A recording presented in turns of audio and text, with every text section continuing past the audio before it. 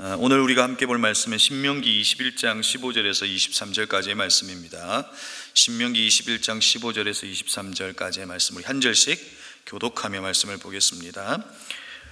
어떤 사람에게 두 아내가 있는데 한 사람은 사랑을 받고 다른 한 사람은 사랑을 받지 못하다가 사랑받는 아내와 사랑받지 못하는 아내가 다 같이 아들을 낳았는데 맏아들이 사랑받지 못하는 아내의 아들일 경우에 남편이 자기의 재산을 아들에게 물려주는 날에 사랑받지 못하는 아내에게서는 맏아들을 제쳐놓고 사랑받는 아내의 아들에게 장자권을 줄 수 없습니다.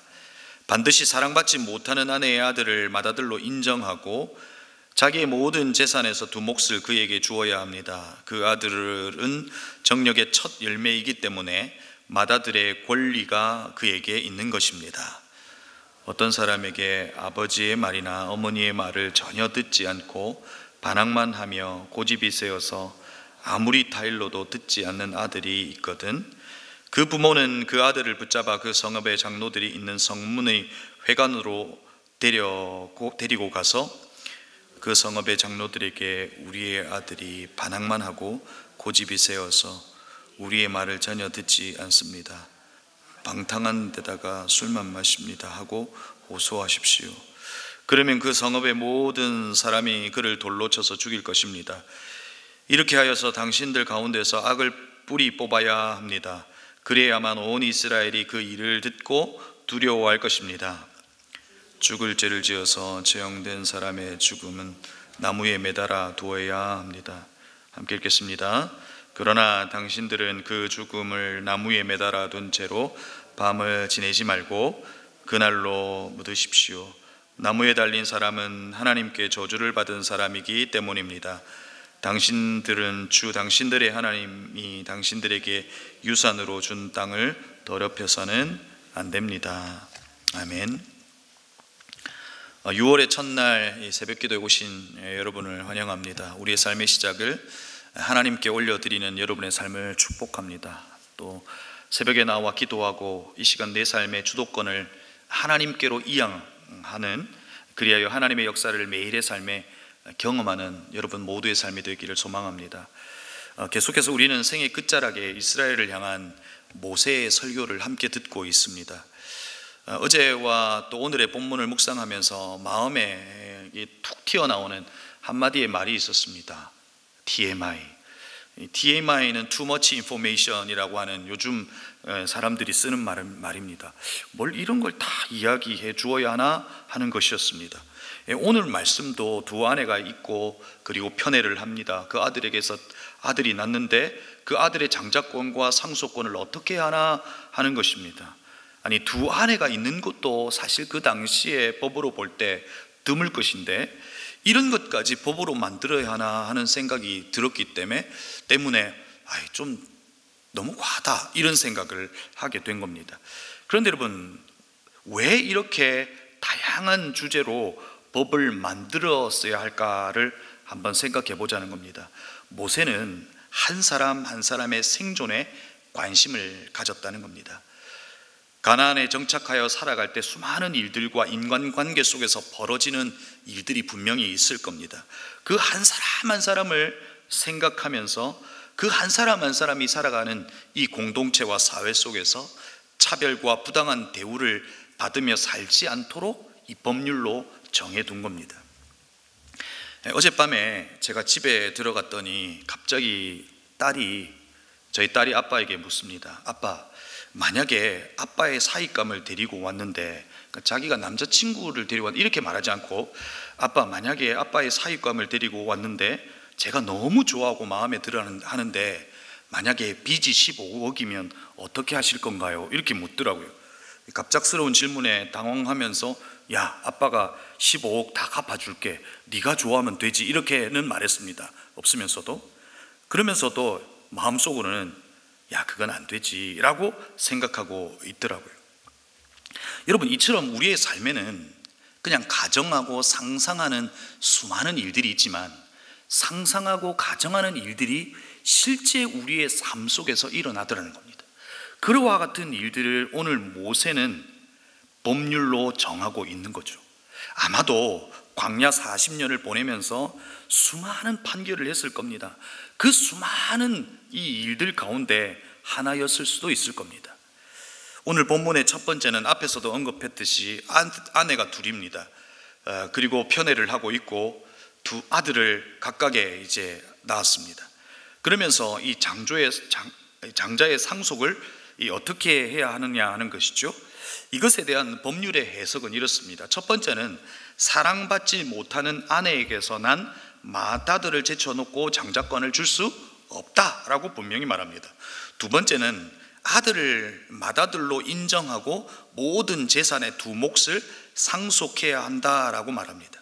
그러니까 장자의 권리를 인정해 주어야 한다라고 결론을 내리고 있는 거죠. 여러분, 우리는 장자에 대한 이해가 사실은 어렵지는 않습니다. 지금은 좀 덜하긴 하지만 제가 어릴 적에는 장자는 참 대단했습니다. 저도 장자고 장손입니다. 식탁에서도 차별이 이루어집니다. 다 경험하셨죠? 장자는 밭을 팔아서라도 공부를 시켰지만, 그리고 다른 차남은 그렇지 못했습니다. 제가 아주 어릴 적 잊을 수 없는 한 장면이 이 말씀을 준비하면서 생각이 났습니다. 저희 집 아랫집에 사는 공부를 참 잘하는 누나였는데 엄마에게 울면서 말합니다. 엄마, 나 대학 보내줘 라고 울면서 꺽꺽 웁니다. 큰아들은 고등학교부터 유학을 보내고 공부를 시켰는데 딸은 그렇게 하지 않았습니다. 이제 대학 갈 나이가 되고 대학도 갈 수 있는데 대학 보내달라고 그러니 대학 보내줄 수 없다고 이야기하는 거죠. 그 딸의 눈물을 외면한 채 먼 산을 바라보고 있는 어머니의 모습이 지금도 기억이 납니다. 이처럼 우리 안에서도 장자의 이 차별들이 있었던 것을 볼 수 있죠. 근데 여러분, 아주 오래전 우리에게도 장자의 혜택이 다른 누군가에게는 차별이었습니다. 그래서 미움이 생기고 불화로 이어지는 것을 우리는 자주 목격하죠. 가정이 깨지고 역기능적 가정을 재생산하게 되는 겁니다. 오늘 이스라엘의 법도 이와 같은 가정의 불화를 막고 한 사람의 생존을 보장해 주자는 겁니다. 만약에 편애로 상속이 이루어진다면 한 가정은 무너지고 상속받지 못한 아들은 원망 속에서 살아가야 했을 겁니다. 이것을 법으로 정하여 막아둔 겁니다. 그리고 두 번째는 배역한 아들에 대한 법률입니다. 배역한 아들에 대한 법은 사실상 이 법을 읽는 순간 좀 무섭다, 잔인하다 하는 생각도 했습니다. 그런데 오늘 이 법률은 앞에서 언급한 법률과도 사실상 연결될 수 있습니다. 내용은 이렇습니다. 아버지의 말이나 어머니의 말을 전혀 듣지 않고 반항한, 또 개역 개정을 보면 징계를 받지 않으려고 하는 이 아들에 대하여, 또 이것을 그 뒷절에서는 고집센 아들, 술 마시며 흥청망청 보내는 아들의 경우를 이야기하고 있습니다. 어떻게 하라고 성경 기록하고 있습니까? 21절을 이렇게 기록합니다. 그러면 그 성읍의 모든 사람들이 그를 돌로 쳐 죽일 것입니다. 이렇게 하여서 당신들 가운데서 악을 뿌리 뽑아야 합니다. 그래야만 온 이스라엘이 그 일을 듣고 두려워할 것입니다. 그 아들을 부모가 죽이지는 않습니다. 장로에게로 데리고 가서 그 장로에게 판결을 받고 모든 이가 그 아들을 죽이는 엄청나게 잔인한 사실법을 보고 있는 거죠. 이것은 가장 강도가 높은 함무라비 법전보다도 더 강도가 강한 법인 것처럼 느껴집니다. 그런데 여러분, 하나하나 한번 따져보자는 거죠. 왜 이렇게까지 말씀하셨을까 하는 겁니다. 일단 이 법이 적용되는 이는 부모의 징계를 받지 않는 방탕한 아들, 이 배역한 아들을 이야기합니다. 이것은 단순히 아버지와 어머니의 훈계에 대하여 반항하는 이들이라고 말할 수 없습니다. 왜냐하면 당시 부모는 하나님의 말씀을 그들에게 가르쳐야 했고 하나님의 말씀과 법도를 가르쳤는데 하나님의 말과 법도에서 벗어난 이들이다, 이렇게 말할 수 있는 겁니다. 그리고 하나님의 말씀과 법도를 어겨 공동체를 해치고 마치 악으로 존재하는 아주 악한 이들에 대하여 이야기하고 있는 거죠. 그리고 이 법에서 쉽게 넘어가는 표현이 있는데 그게 바로 19절의 시작입니다. 이 아들을 데리고 가야 됩니다. 그런데 누가 데리고 갑니까? 그 부모가 그 아들을 붙잡아 와야 한다라고 기록되어 있습니다. 아버지가 일방적으로 할 수 없다는 겁니다. 어머니가 일방적으로 잡아오지 못한다는 겁니다. 부모의 동의가 있어야 한다는 것이죠. 앞에 있는 말씀과 연결하면 어떻습니까? 여러분, 만약에 편애하는 부모가 있어서 그 한 아들을 제거하기 위한 목적으로 어머니가 그 아들을 데려가면 어떻게 되겠습니까? 그 잘못된 죽음으로 이어질 수 있다는 겁니다. 그런 차원에서 부모가 그 아들을 붙잡고 서로가 동의해야만 가능합니다. 그런데 한 번 더 생각해 보십시다. 그렇다면 이 법이 얼마나 이루어졌겠냐는 겁니다. 저는 거의 없었을 거라고 생각합니다. 여러분, 어느 부모가 자식이 방탕하여 자식이 이 아들을 돌로 쳐 죽이는 그 법 앞에 이 아이들을 놓습니까? 그런 부모가 어디 있습니까? 저도 아이를 키워보지만 아이들이 늘 아버지와 어머니의 바람대로 크는 건 아니더라고요. 그런데 여러분, 우리는 그 아이들의 지금의 모습을 무엇이라고 생각합니까? 그 아이의 결론이라고 생각하지 않습니다. 그 아이의 과정이라고 생각합니다. 그러기에 우리는 그 방탕과 부모의 징계를 받지 않는 그 아이들을 기다려줄 수 있는 겁니다. 그러는 의미에서 어느 누가 이 법의 적용을 받기 위해서 이 아이를 그 장로에게 데리고 가는 이가 있겠냐 하는 겁니다. 정말로 가정과 사회를 파괴하는 이들이 아니고서는 아마도 없지 않았을까 하는 생각을 해봅니다. 오늘 이 법도 가정을 파괴하고 공동체의 생존을 위협하는 것을 막자는 법입니다. 또한 이 법을 이야기했을 때는 자녀의 양육에 대한 이 부모를 긴장하게 합니다. 그리고 그 부모의 권위에 대한 부분도 이야기하게 되는 것이죠. 그런 면에서 엄격하게 이 법이 그들에게 아마도 가르쳐졌을 것입니다. 그리고 오늘 세 번째는 죽을 죄를 지어서 처형된 사람의 죽음에 대한 법률입니다. 앞에서도 언급했듯이 돌에 맞아 죽은, 만약에 그렇게 돌에 맞아 죽은 아들이 있다면 나무에 매달아 두어야 한다는 겁니다. 그렇지만 나무에 매달아 둔 채로 밤을 넘기지 말고 그날로 묻어라 라고 이야기합니다.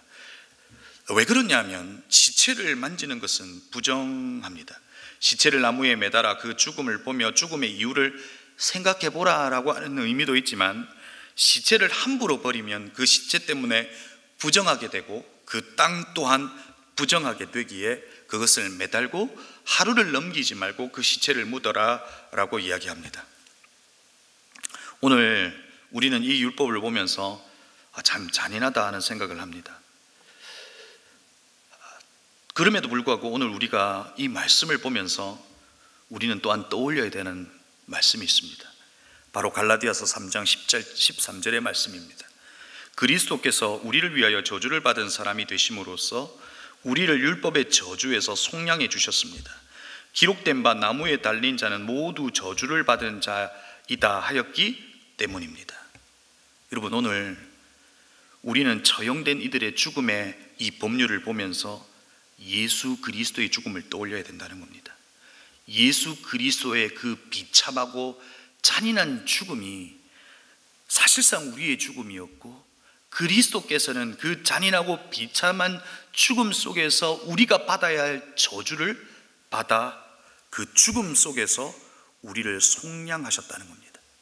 나무에 매달려 죽으셨고 우리가 받아야 할 모든 저주를 받으셨다는 겁니다. 오늘 우리는 이 비참함과 잔인한 십자가의 죽음을 보면서 그리스도를 떠올려 볼 수 있기를 바랍니다. 말씀을 정리합니다. 여러분, 모세는 한 사람 한 사람의 생존과 공동체의 질서를 생각합니다.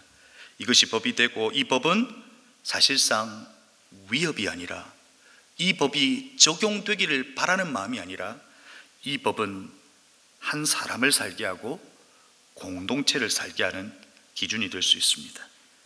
여러분, 오늘 우리의 삶을 좀 돌아봤으면 좋겠습니다. 우리의 삶에 누군가의 생존을 위협하는 법과 우리의 생각과 가치관이 있다면 돌이켜야 할 겁니다. 오늘 이 말씀을 묵상하면서 공동체와 가정을 깊이 생각하고 기도했으면 좋겠습니다.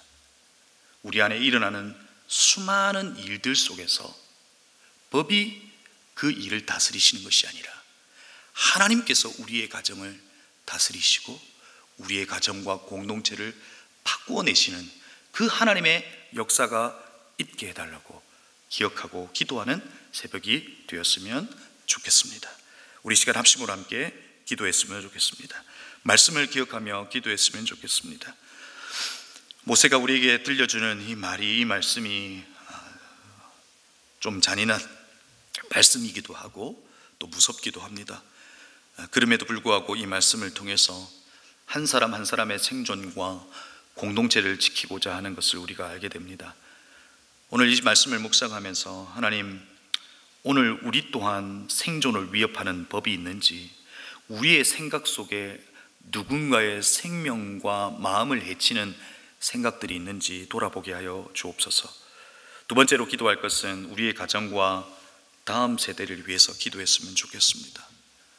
여러분, 오늘 이 시간 이곳에 나온 이들의 모든 기도의 제목 제가 알지 못합니다. 그러나 여러분의 가정에도 수많은 일들이 일어날 겁니다.